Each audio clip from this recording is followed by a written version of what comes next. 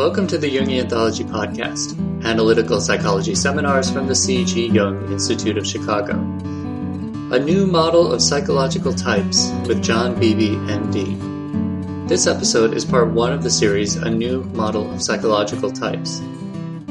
Jung's theory of psychological types is an attempt to make comprehensible the regular differences between individuals. His concepts of introversion and extraversion, thinking, feeling, sensation, and intuition have gained wide currency since their introduction in 1920. However, applying these concepts to practical situations is often confusing. Dr. Beebe's new model of typology shows how the 8 types relate to complexes that can be recognized in dreams and styles of behavior. The model, which permits the types to be recognized more easily and with more precision, is illustrated with examples drawn from clinical work and works of creative imagination. It was recorded in 1988. John Beebe, M.D., a physician specializing in psychotherapy, is a Distinguished Life Fellow of the American Psychiatric Association and a past president of the C.G. Jung Institute of San Francisco. He is the author of Integrity in Depth, editor of C.G. Jung's Aspects of the Masculine, and co-author of The Presence of the Feminine in Film. He is the founding editor of the San Francisco Institute Library Journal, now titled Jung Journal, Culture and Psyche, and was the first American co-editor of the London-based Journal of Analytical Psychology. An international lecturer, he is widely known for his work on psychological types, the psychology of moral processes, and the Jungian understanding of film. Recently, he has been engaged in training the first generation of analytical psychologists in China. And we'll have links in the show notes to the complete series, as well as to other seminars by John Beebe. And now here's the lecture.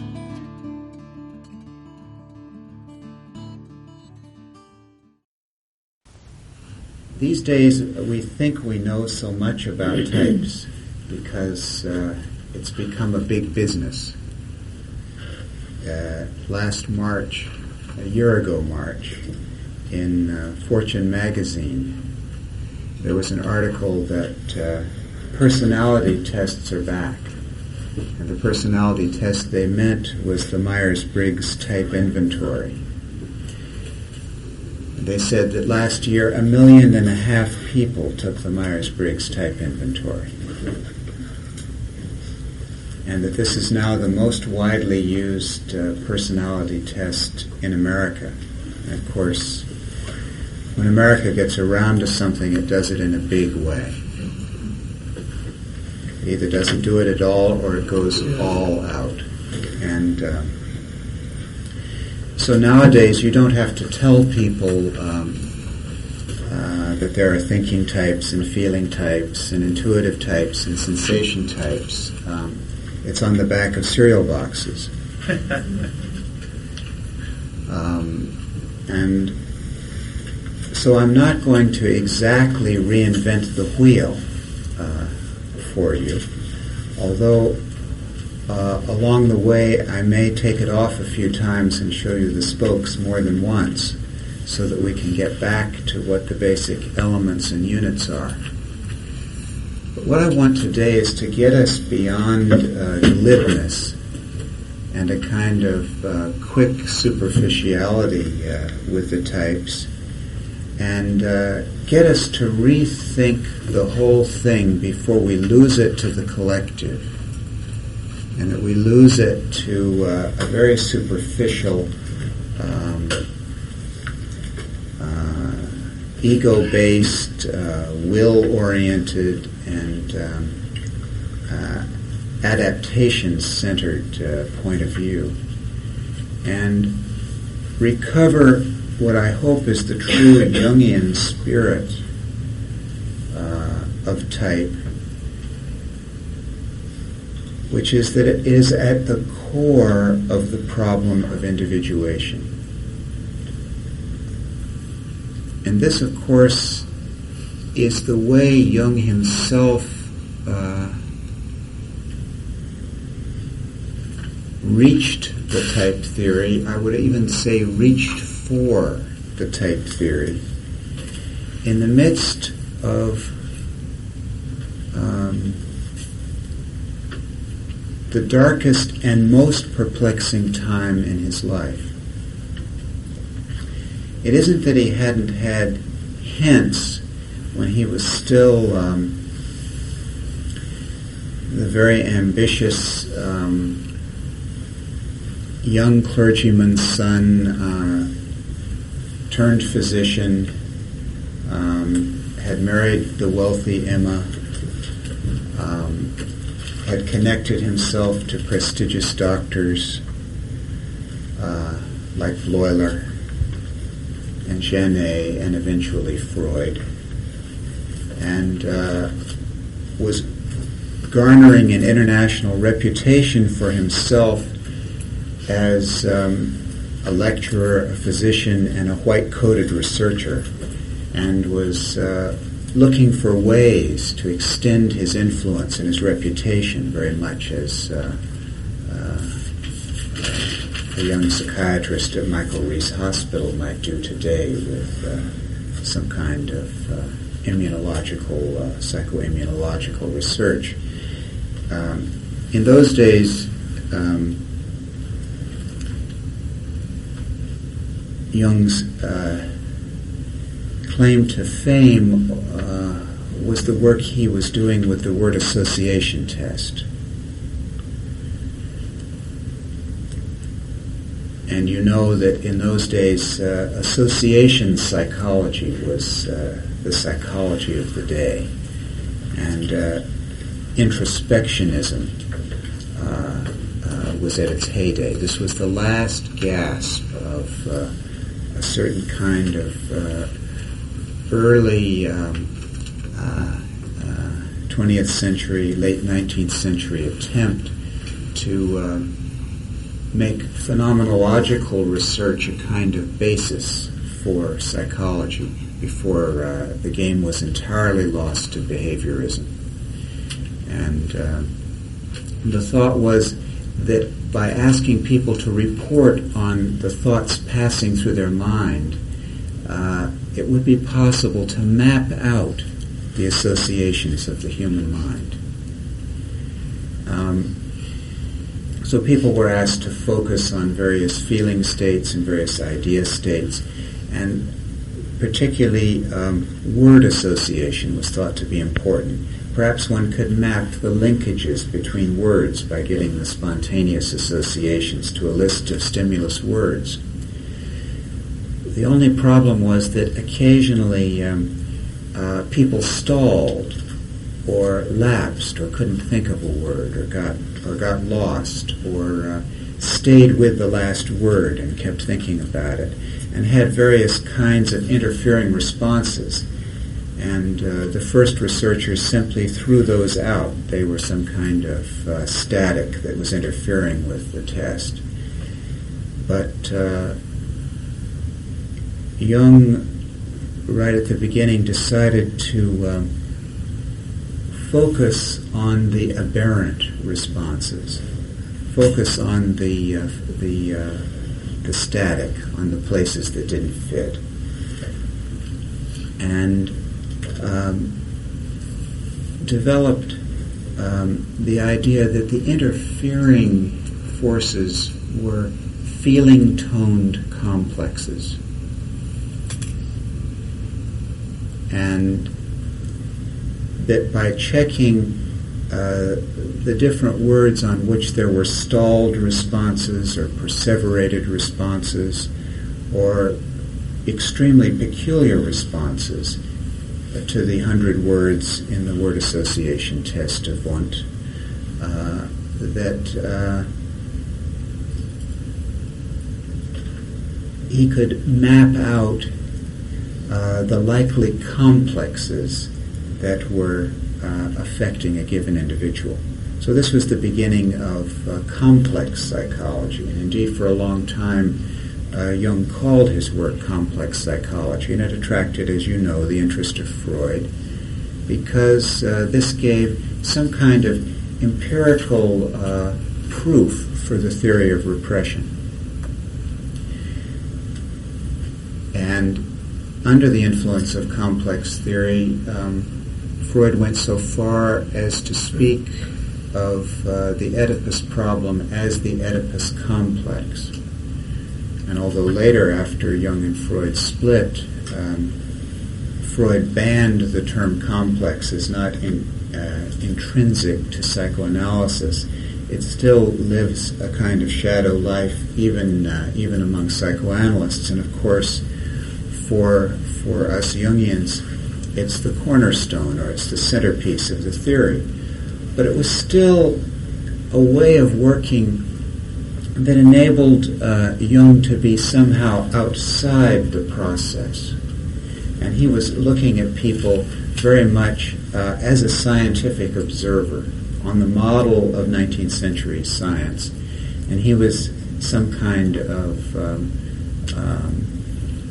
psychological, pathological anatomist, very much like the German pathologist Virchow, who discovered all kinds of things about cirrhosis of the liver and by dissecting the liver. Jung really imagined that he could dissect the psyche in a rather cool way, and if you read those early psychoanalytic papers, like the one on number symbolism, you see a very brilliant young man appraising the psyche from outside, not yet touched by the experience himself, even though some of his own associations are used in the book on word association, and some of those of Sabina Spielrein and so forth, and one actually can see protocols that tell us quite a lot about what his complexes were with regard to her and so forth. Nevertheless, even with regard to his own psyche, he was still looking at it from outside, very much as Freud had looked at his own psyche from outside, because one can take a kind of detached exterior perspective to oneself, just as one can to other people's material. Well, then, what happened to everyone who's ever touched the unconscious. There comes a point when this all breaks down, and you realize that you are the thing you're studying, and so to speak, the snake bites you, and you can no longer simply detail the lovely colorings on the back of its skin and figure out its patterns from outside, and you fall into the soup in a big and bad way. And of course, this exactly is what happened to Jung, because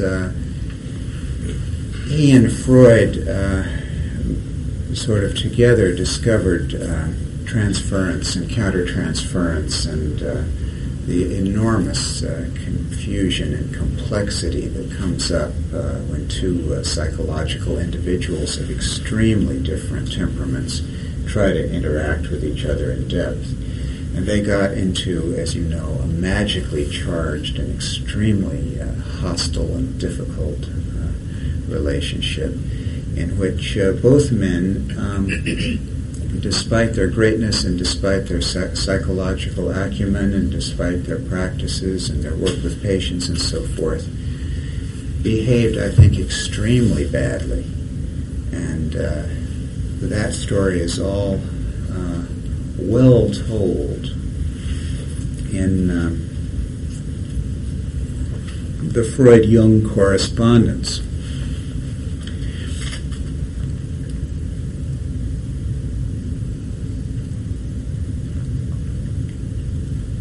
And at a critical moment in their dialogue,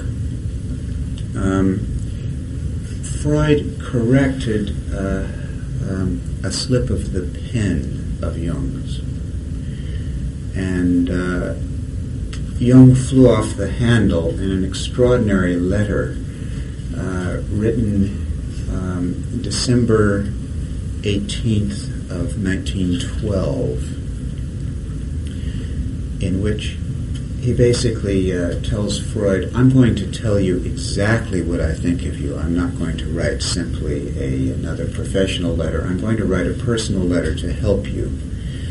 And I'm going to point out, and in effect he gave an Eric Bernian analysis of the game Sigmund Freud was playing. He says, you take it upon yourself to point out the faults in all of your students' eyes, and in the hope of correcting their neuroses.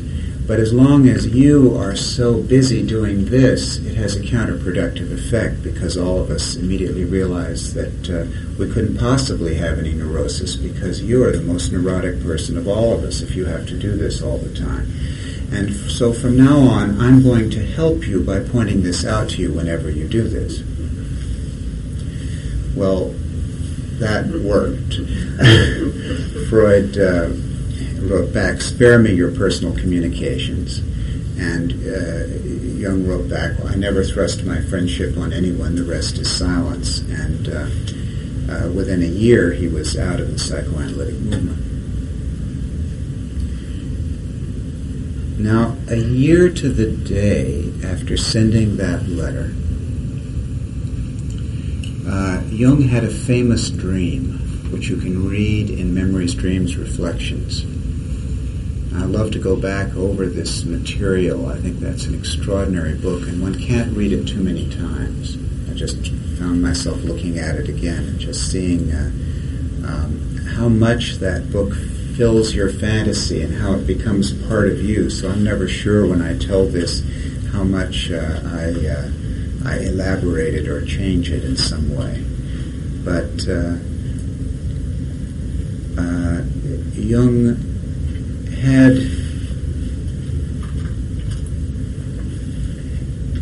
a dream, and this comes at that peculiar time, when he's having images of all of Europe being covered with blood, and he's beginning to feel that he ought to be getting down into the unconscious himself, and he's already had one of the very first experiences of active imagination, in which he imagines the ground literally giving way under his feet and going down into some sticky slime, and going into a cave and looking around, and first in pitch blackness, and finally tries to get out of there, and then just lots of blood pours out of the cave.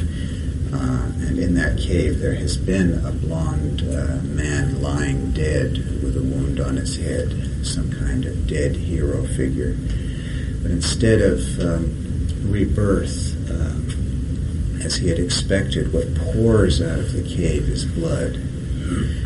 So that was fresh in his mind. That experience was just 6 days old when he had not an active imagination, but a night dream. And this dream is, as I said, dreamed a year to the day after sending the letter to Freud, in which he and a primitive brown-skinned man with a kind of fierce or mean aspect to him lie in wait for Siegfried, who must be killed. And just at a certain point, having heard Siegfried's horn, then Siegfried comes over the mountain pass, and at a particular point, they shoot him dead.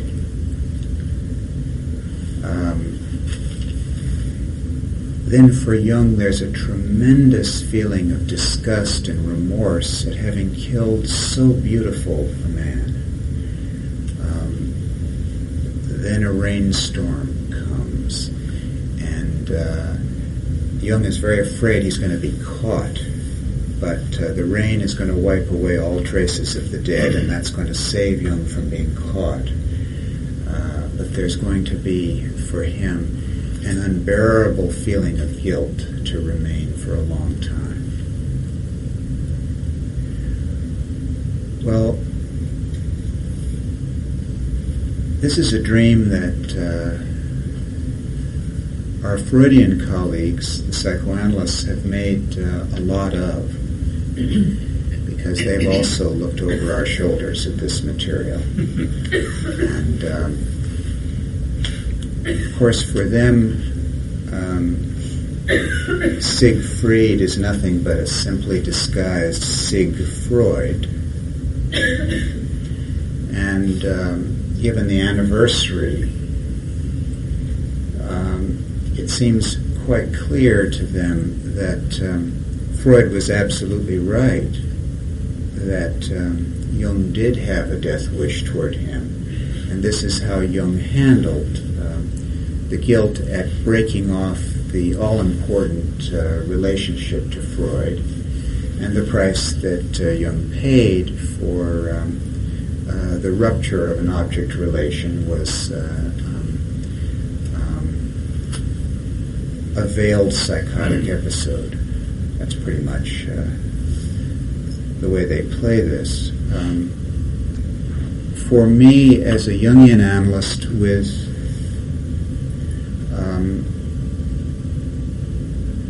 faith in the just so quality of the unconscious, I prefer to use some amplification and go back into the myth that the dream itself brings up and point out that in the myth, Siegfried is the son of Sigismund.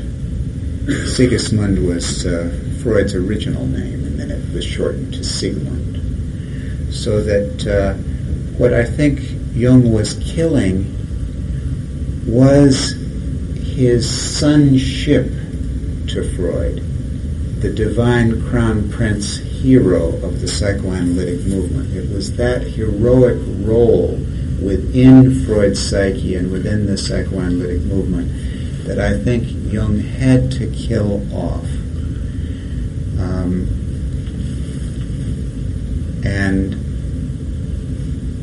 that the death wish that Freud felt with his acute feeling function, Freud had a remarkable introverted feeling,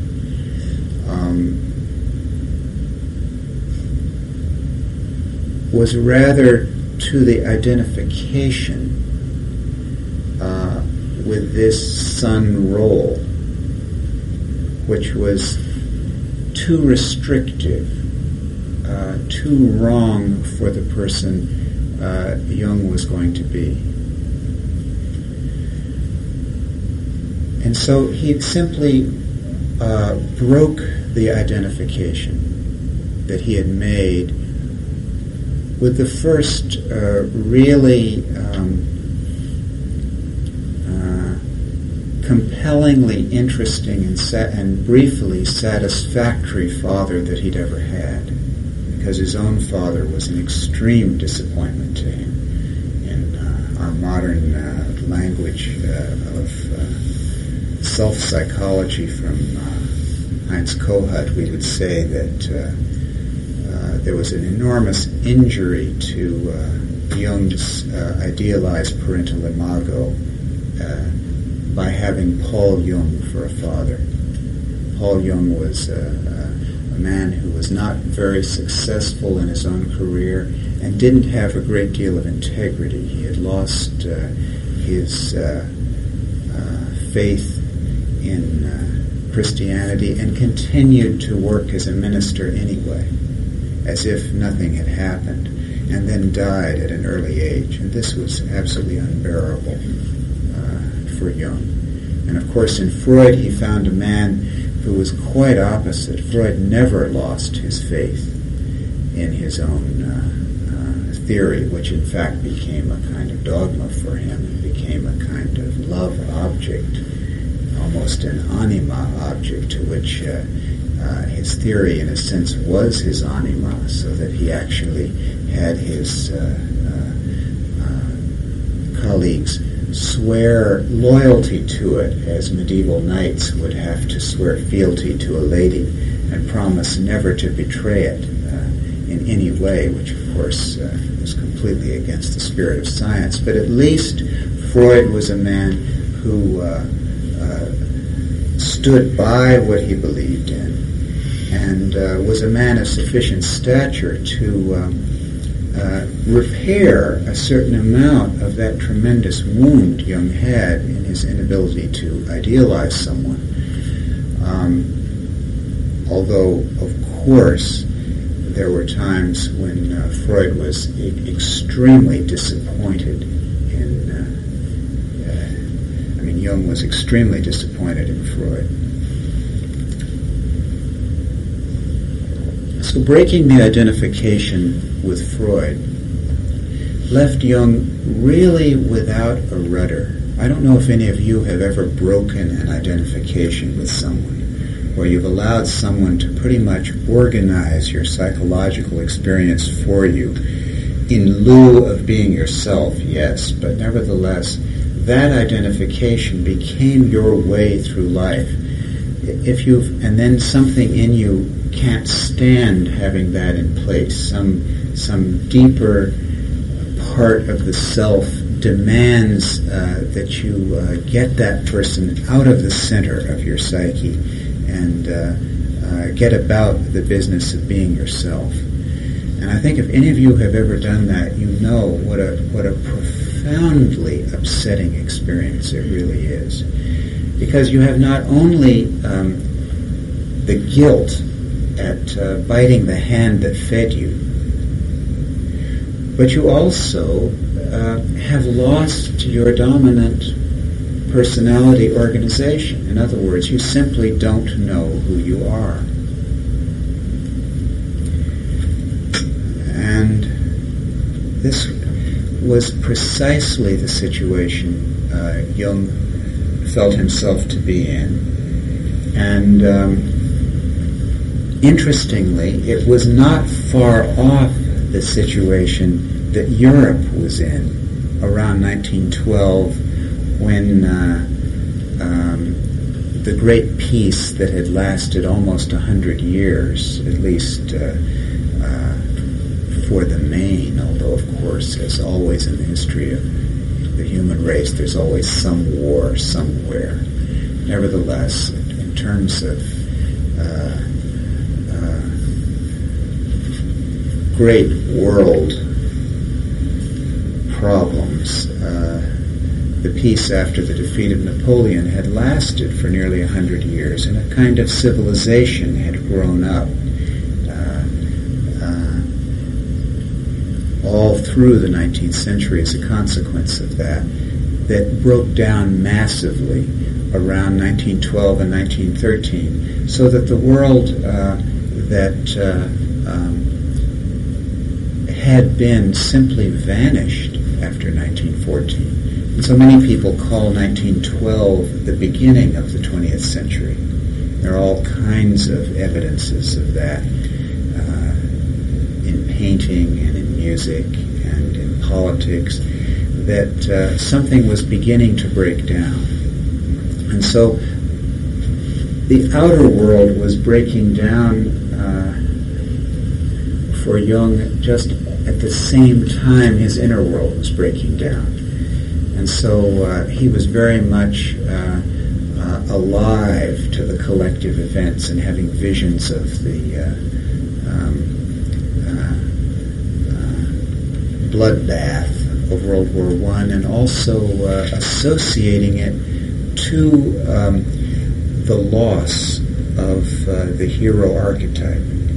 And I must say that it's really only now, 75 years later, that it all begins to make sense to us. That what really began in 1912 was not the beginning of the modern age, but actually the beginning of the end of the modern age. And then in fact, the modern attitude, which had been gradually shaped over the 19th century, was founded on a hero motif, which was doomed to bite the dust in a prolonged outpouring of blood, of which World War I was just the first act, as Virginia Woolf realized when she wrote that last book, Between the Acts. and that we would have a World War II, and that we would have a Korean War, but that also it would be a long acting out of a dying of the hero as the dominant of our culture, and that we in fact have been moving all along toward what people are now calling the postmodern age, in which heroic consciousness is not the point. So that Jung was coming in right at the beginning with his psyche on perhaps the most important movement in the psyche since the medieval synthesis broke down in favor of the Renaissance idea of the dignity of man. In other words, with the dignity of man came the danger of heroic inflation and of too much emphasis upon the hero archetype. And that continued to build in various ways through all the centuries that followed, until finally it all began to break down, just at the point that depth psychology was being born. And the first attempt to make it work was on that old heroic model. Freud the hero with his self-analysis, and Jung the hero's son. And it was that Jung broke right at the beginning to start the psychology that still got us in its grip today, that we're still trying to learn today. Now, imagine being there then.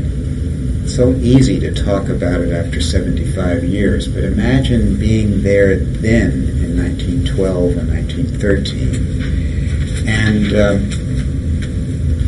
throwing overboard the basic orienting principle that had been essentially guiding men like Jung, who were interested in consciousness and in appraising the human conditions. The very archetype that had, in effect, organized experience for men like Jung since Montaigne's day. Imagine throwing that out, because that's what he threw out when he threw out Siegfried.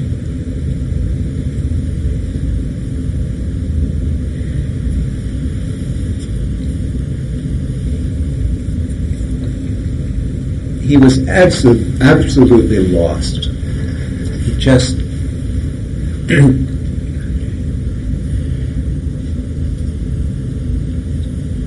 had nary a clue as to how to proceed, and the tools that he had, which were these finely honed conceptual instruments, the words, the terms, the languages, the categories, all of those things, no longer seemed to be like laboratory tools that he could pick up and use at will to appraise people from outside. As he put it, it was as if in that laboratory the instruments were flying around the room, because he was discovering that all of these ideas are finally not his, but the psyche's.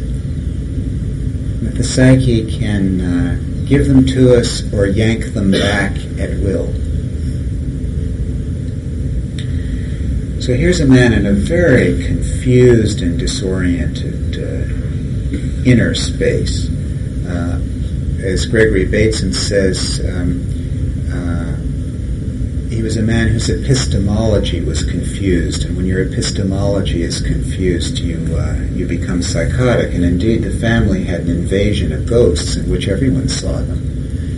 And Jung wrote the 7 Sermons of the Dead in the midst of that. And he was in a creative crisis. Until things quieted down, he certainly could not write again. so yes, it was said that there was a Zurich school, and some papers that Jung had written along the way of the break with Freud, before things started getting so hot internally, were published. And in English, the book that had been the occasion for the escalating bitterness, Symbols of Transformation, was published, and these papers on analytical psychology were published, so that it looked as if there was activity, particularly with English translations. But this was all work done before. The actual man was making mud pies in the backyard and going into the study with his active imaginations and seeing his patients, and rather estranged from a number of former professional colleagues, and in very bad shape indeed. And he was also in the midst of a major love crisis, because he had decided to accept a relationship with his former patient, Tony Wolfe. He had referred her to someone else after the end of some work with him, and she was still in love with him at the end of the work, and he hadn't seen her for several months, and he went through a lot of inner turmoil and a lot of soul-searching, and finally decided that he must have this relationship, and basically installed her in his life as a kind of second relationship with the full knowledge of his wife, Emma Jung, to the point that he would see Tony Wolfe on Wednesday afternoon, and she would come to dinner with the family on Sunday afternoon. And somehow all of this was going on at this time, and he had to sacrifice the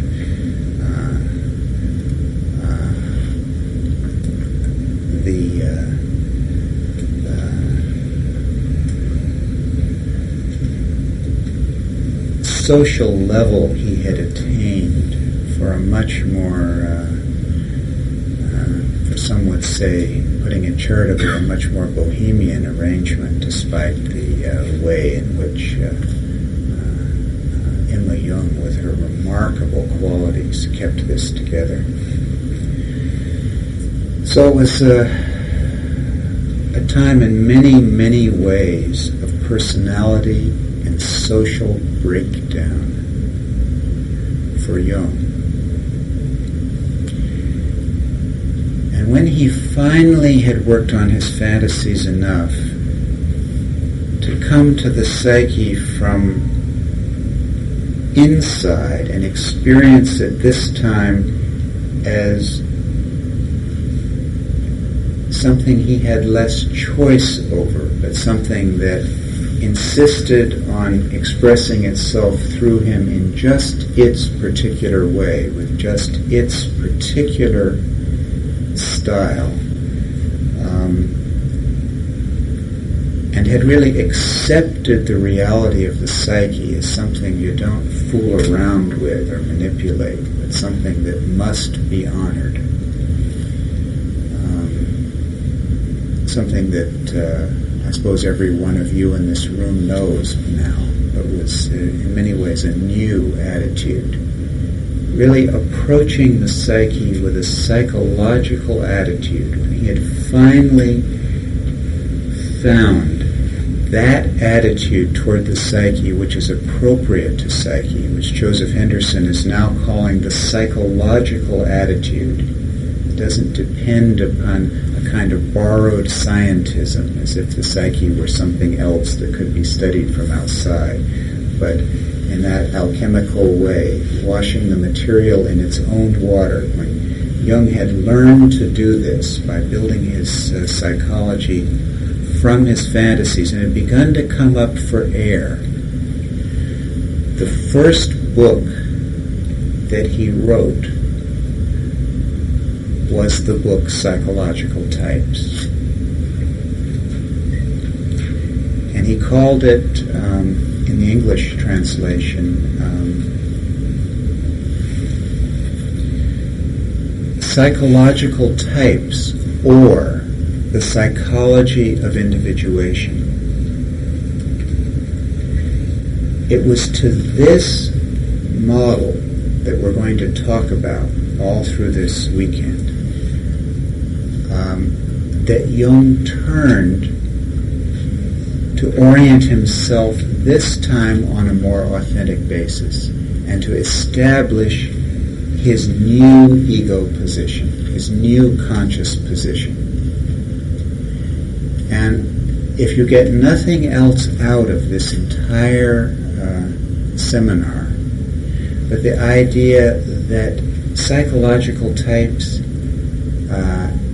has everything to do with finding one's own unique orientation when one has been sufficiently disoriented to need it, you'll have gotten the main point. It's from that point of view that I want to be talking about this with you. This is not a theory to be used glibly to classify people from outside. That misses the point. It is not a 19th century scientific theory based on heroic consciousness. It's probably the first postmodern psychological theory, and it's based on empathic participation in the life of the psyche through suffering through the process of trying to find one's own standpoint in the middle of an ever-shifting psychological ground that one cannot escape from. And it's not truly an heroic ego model from outside, but rather it is an archetype of orientation. What we're looking at in the system of psychological types, with its fourfoldness, its two axes, the thinking-feeling axis and the sensation-intuition axis. And we'll go over these again and again through the weekends. Sometimes the rational and the irrational axis, they're called, is a kind of simple mandala, a simple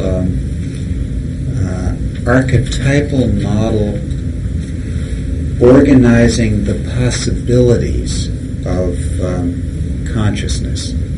Whenever you use a fourfold model, you know that you're confessing a kind of ignorance. In one of her seminars, von Franz talks about how the ancient map makers,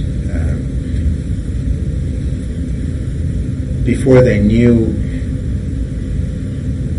for sure that the world was round in a geographic way, that no one had actually proved it by navigation, although the idea had been there long before Columbus,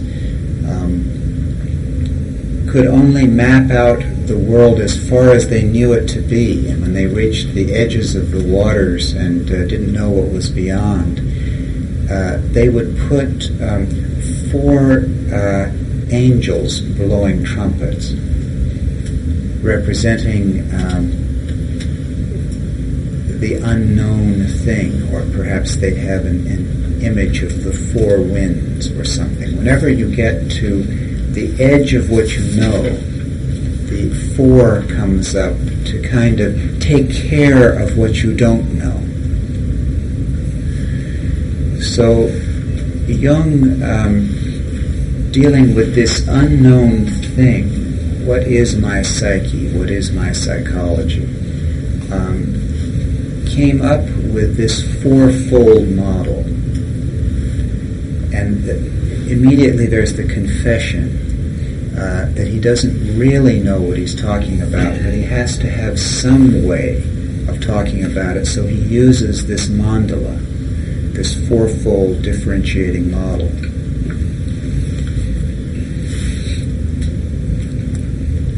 So we're dealing with an archetype for what? Not simply the psyche. I think that's a little vague. I think particularly the archetype of the differentiation of consciousness.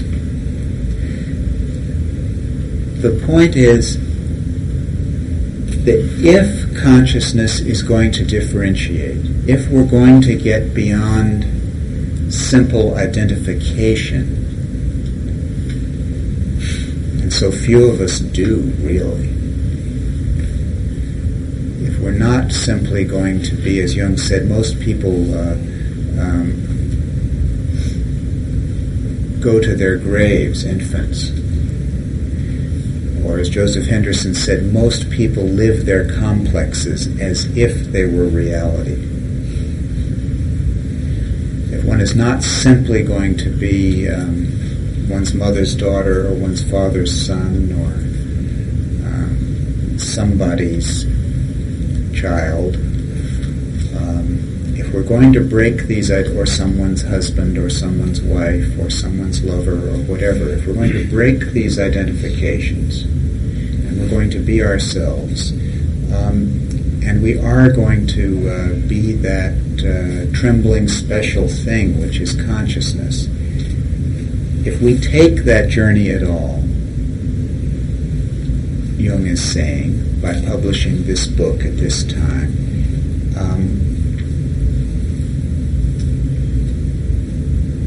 this psychological type's mandala is the archetype that he thinks will be our guide for the differentiation of our consciousness.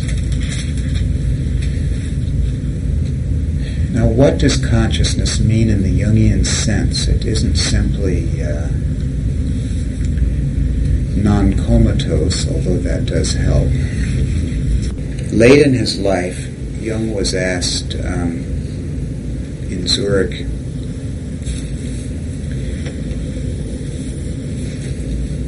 by some institute students,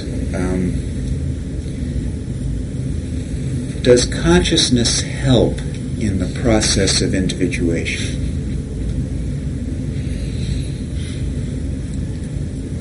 And of course this was a sincerely asked question, because there is this idea that individuation is an entirely natural process.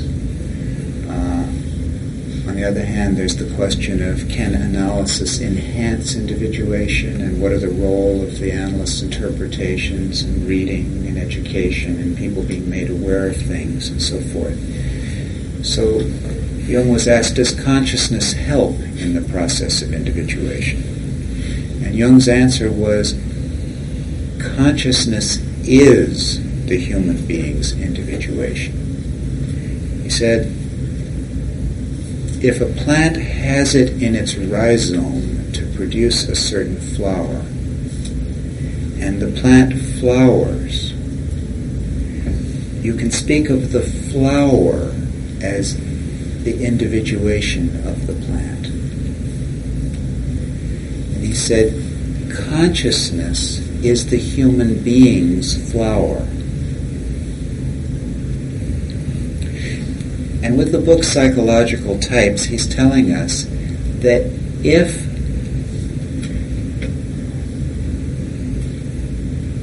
we're lucky enough to produce the flower,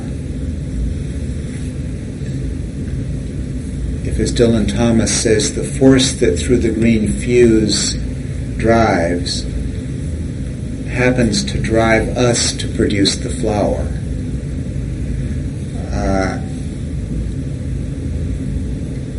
our flower will differentiate according to this fourfold model.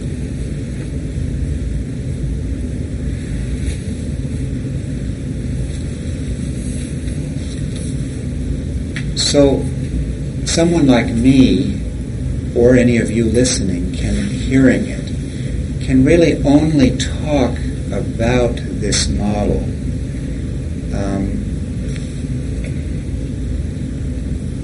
in terms of his own individuation. In other words, I can only tell you about this as a sequence of my discoveries of how the different functions came alive in me and where they seem to fit within my own psychology. And I found it helpful to go back to that early Jung who worked with complex theory, and before he had his creative breakdown, and see that there was all along a subtle connection between the types and the various complexes that come up as one goes through a deep searching analytic individuation process.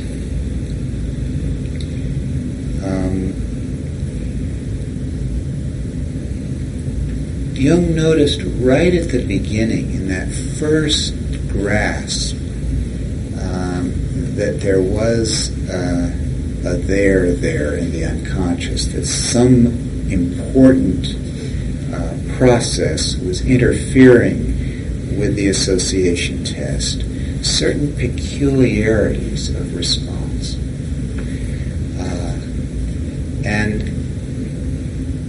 that it wasn't enough simply to say that there were complexes interfering with the test, but that there was something else, because some people seemed to take to the test itself in a particular style and other people went at it in another style. He noticed that some people had to relate themselves to the words on the test and establish some kind of feeling connection to them before they could do the test at all, whereas other people could stay back coolly and simply handle the words as they came up.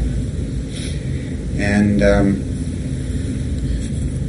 he really was so much more at that time like the latter group of people that he really couldn't understand the former. So he called them in that very early 1904, 1905 period, he called those people the subjectively evaluating value predicative type. Meaning that these are people who had to predicate a value in the experience at all before they could relate to it. That's where he was then with the feeling type. And the other kind of person who could stay out of it all and just look at it objectively, that was the thinking type. For him, that was the objective type at that point. And at first, he thought that this was all there was, and he tried to cram all of typology into this, so that not only were these the feeling and thinking types, but they also were the introverts and the extroverts, and what we now call logos and eros was shoved into that, so that there was this initial compounding and conflation of all the concepts of typology until the Big Bang, when it all came loose a little bit and we could see what was actually in the universe. And he tried, even as a psychoanalyst, to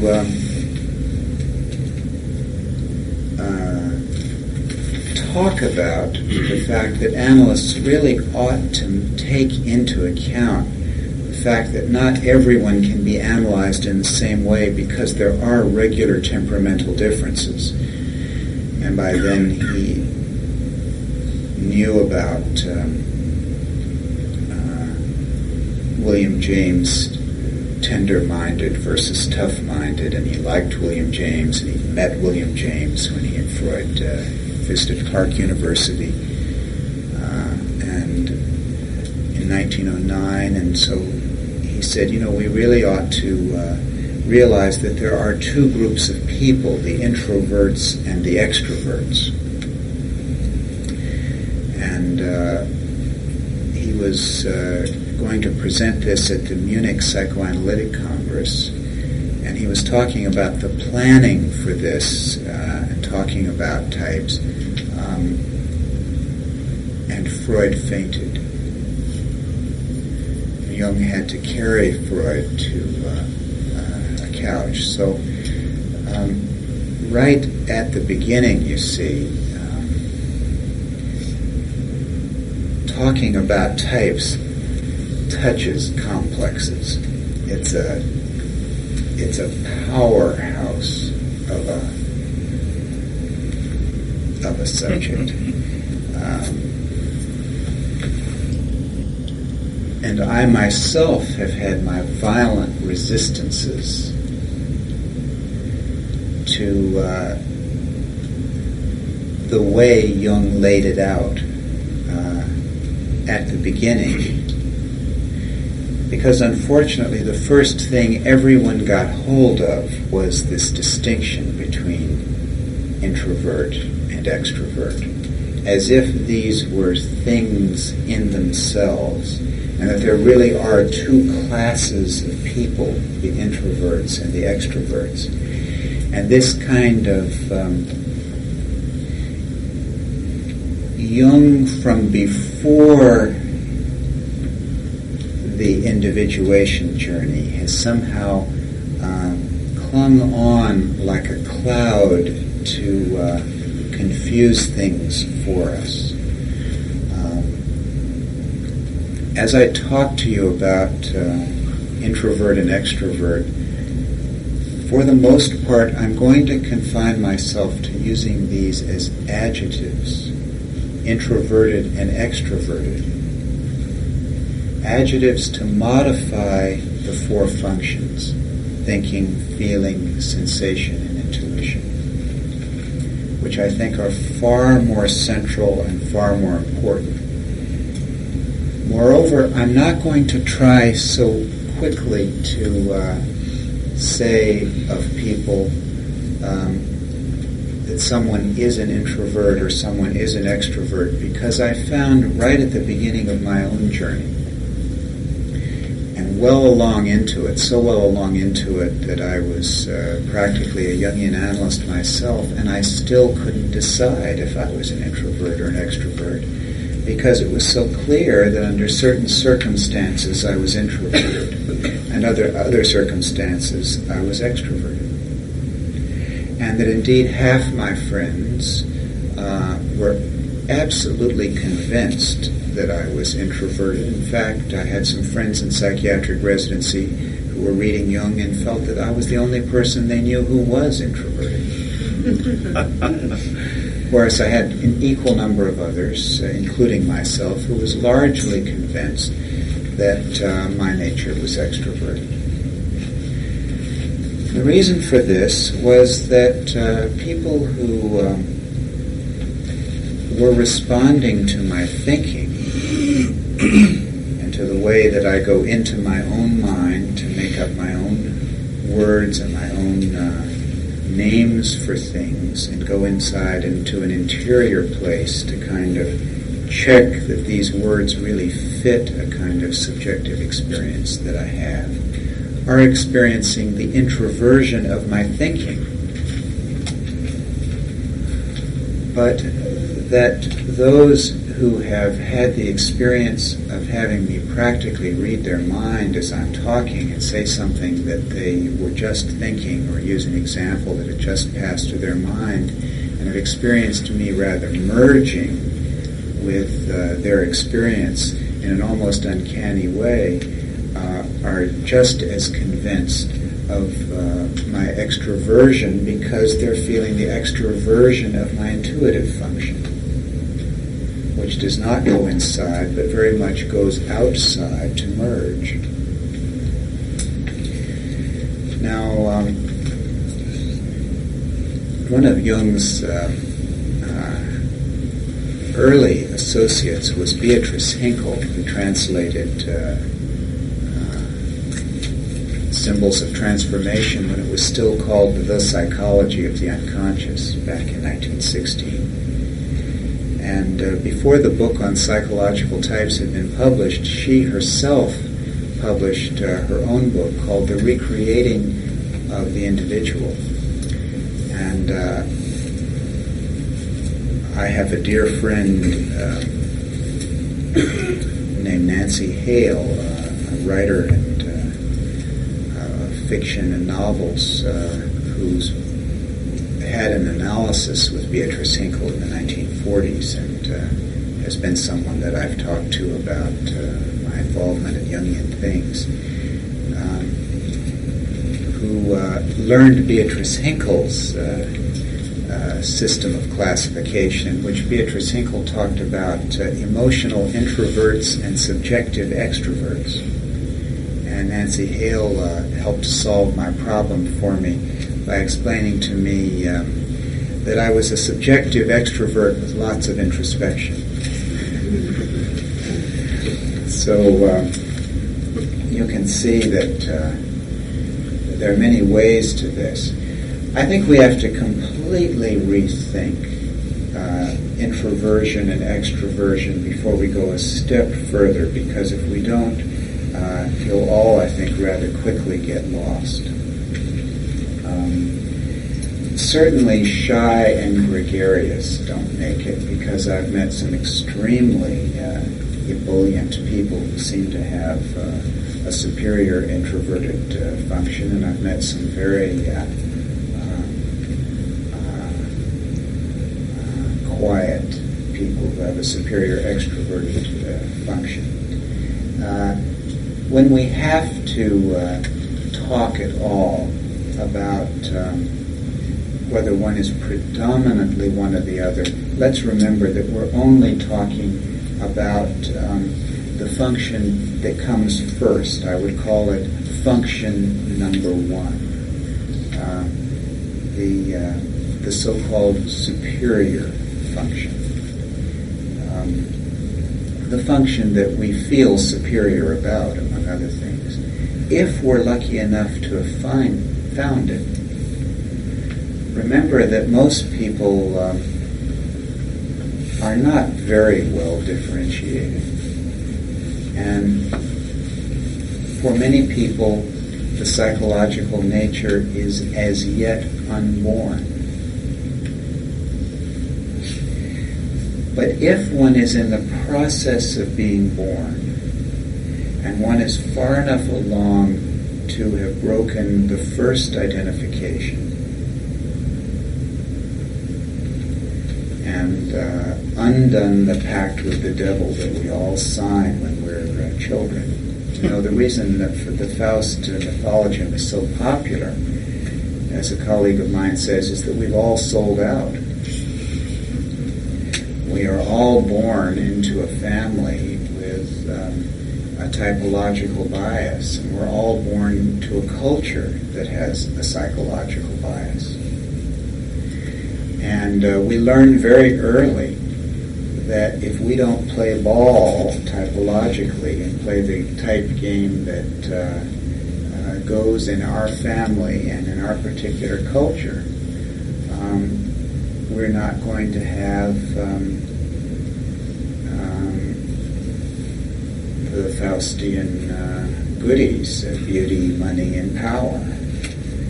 And so for beauty, money, and power, we sell out, most of us, unless we're extremely lucky to be born into a family with a good type fit. We sell out our birthright, our natural, innate typology, and go along with the type program of the particular family we're in. And we pay, some of us, an enormous price for that.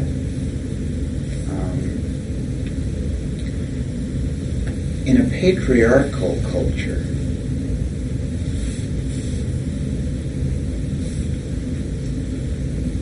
this common human fact becomes desperate for half the citizens, the women,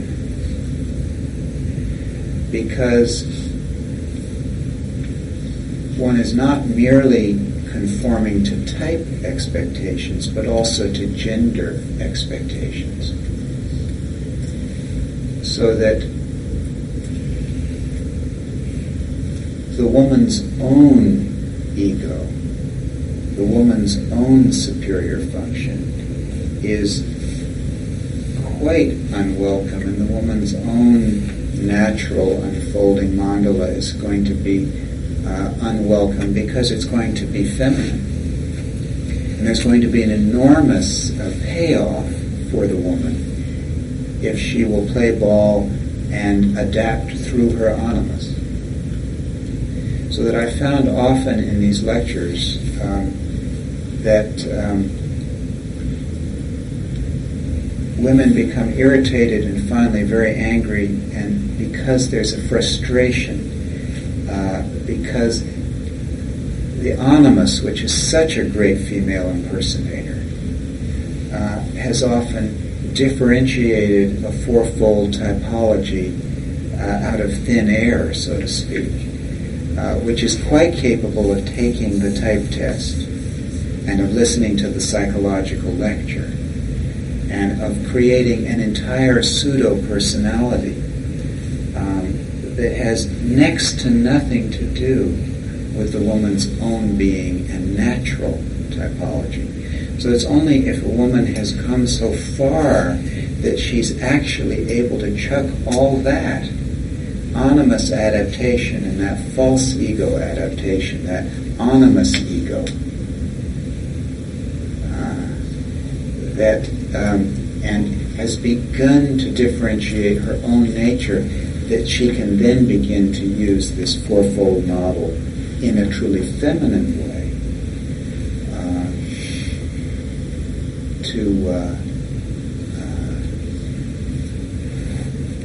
make sense of it. I think enough work has been done in the last 15 years particularly, that enough women are coming forward with their own minds and their own voices and their own hearts and their own points of view, that this will also make sense for women, provided one is really talking about the real nature. But remember how easy it is to be captured by that animus. And I'm aware that I'm a male giving the presentation, and I'm aware how much that can really catch the animus and the wish to comply and all the rest. And don't comply, be stubborn, resist. You will anyway, but befriend your resistance and try to make this your own, and try to see where you come in. And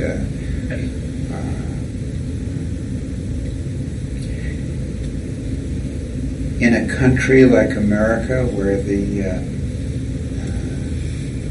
this country is dedicated to the principle that all men are created equal, where extroverted thinking is the way, thinking for everybody that somehow leaves out everybody else. The situation isn't so very different for a man whose superior function really is, or is innately meant to be, or is going to be introverted feeling, because there's so much payoff for him in showing that he can think, that his adaptation is so frequently going to come through the anima, which for him, for this introverted feeling man, carries extroverted thinking. So that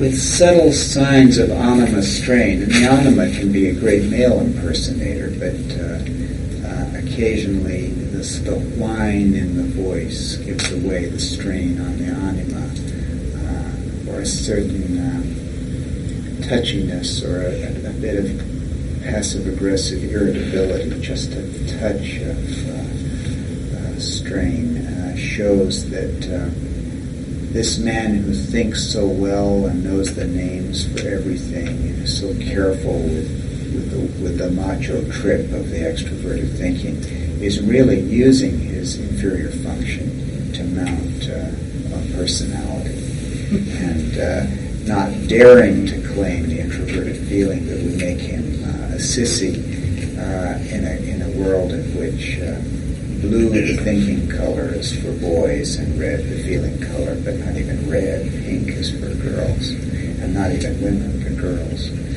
Yes. So,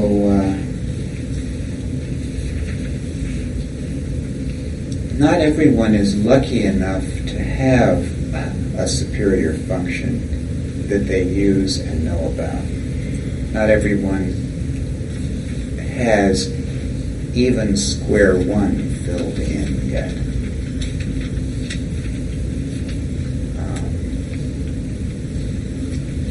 And it doesn't seem to work to have someone fill it in for you. It doesn't seem to work to be told what type you are unless a certain amount of inner work has already taken place.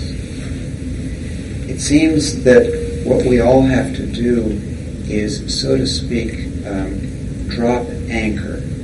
We have to establish what Edward Edinger calls an ego-self axis for ourselves before we can know enough of who we are. And to do that, one has to establish, so to speak, one's spine. I like to think of the types in a bodily way, and if I stand here, I'd like you to just think of the head, and then there's a spine that leads down to the tailbone. And for each of us, establishing this axis seems to me to be the important first step in type. This axis is a kind of plumb line between what we're best at and what we're worst at, and they seem to be wonderfully related to each other. I learned very early on that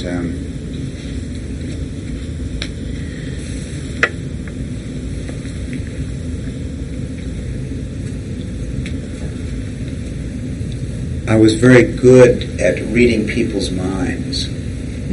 I found when I was 3 and 4 years old that I would say things that would absolutely astound my mother because I would know things I couldn't possibly know. One day she was looking out the window from an apartment we had in Baltimore down several stories, and a little girl was that we knew named Sally was sitting and squatting on the street to go potty, and my mother was thinking to herself how awful this was, and I sitting at her feet well under the window and completely unable to see out it, said, "Bad Sally,"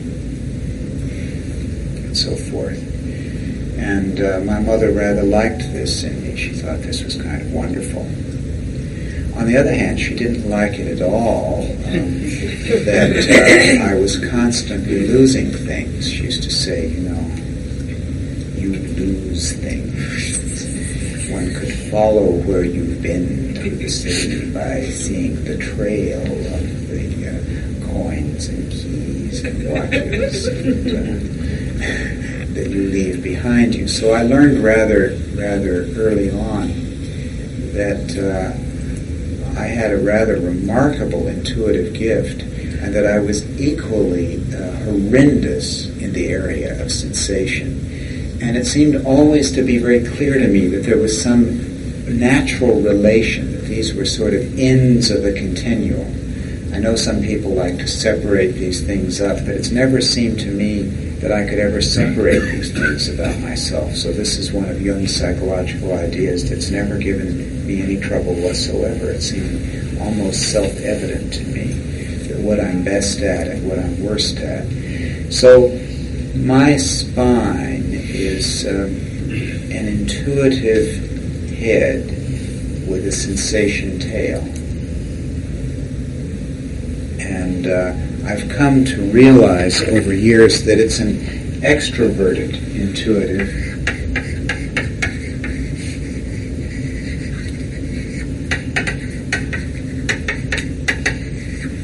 and an introverted sensation.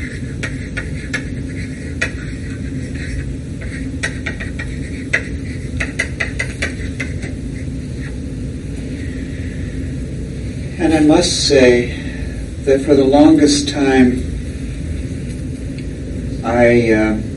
I felt the inferiority much more than I felt the superiority, because aside from my mother, the world in which I grew up didn't have very much room for an extroverted, intuitive boy.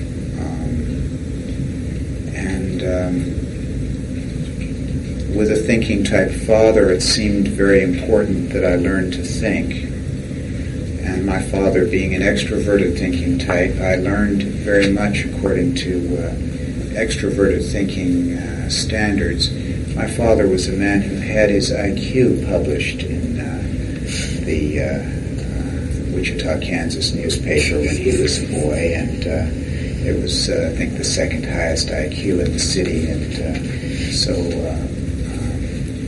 he had a mother who taught Greek and Latin and academic achievement and learning things. And the language was placed very high, and so I became, in accord with this, a kind of good extroverted thinker for a long period of my life, so that I became a kind of a superstar in junior high and high school, sufficiently enough to get a scholarship to Harvard, that temple of extroverted thinking, and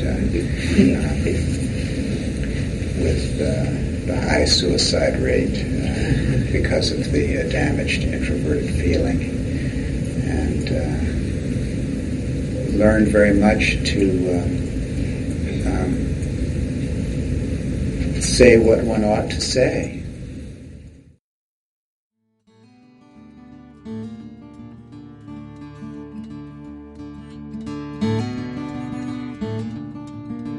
This podcast is distributed under a Creative Commons Attribution, Non-Commercial, No Derivatives license. Share it all you like as long as you maintain the attribution to the speaker, but please do not change it or sell it. If you like this episode, tell your friends about us or leave us a review on iTunes. For more information about classes, training programs, videos, audio, this podcast, or to find a Jungian analyst near you, visit our website, www.jungchicago.org.